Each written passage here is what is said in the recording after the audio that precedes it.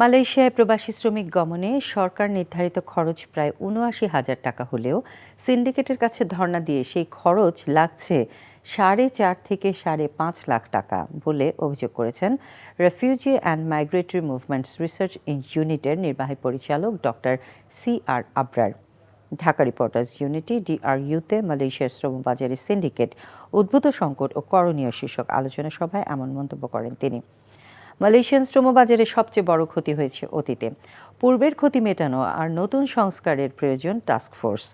এছাড়া আলোচনা সভায় বক্তারা মালয়েশিয়া শ্রমবাজারে সিন্ডিকেটকারীদের শাস্তির দাবি করে বলেন, সিন্ডিকেট সদস্যদের শাস্তির আওতায় না আনতে পারলে সিন্ডিকেট বিলুপ্ত হবে না। তাই রাষ্ট্রকে এগিয়ে আসতে হবে এবং শ্রমবাজার তদারকি করতে হবে।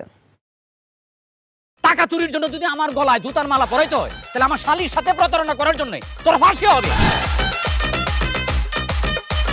দুলা ভাই, আপনার তো ঘর জামাই বইলা একটা পরিচয় আছে, আমার তো তাও নাই।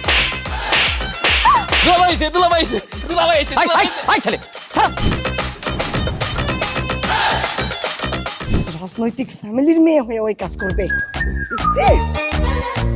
যারে পাবো আরে পিটাবো, রক্তের নেশায় ধরতে, রক্তের নেশায়, কাঁচা রক্তের নেশায় ধরতে। তোমার এই পলিটিক্স আমার বাম পকেটে থাকে। পাঁচদের বউরে ঝামেলা পাকাই। এই বেটা, আমি তখন বিয়ে করিনি। দুইটার আমি গুলি করে মারু।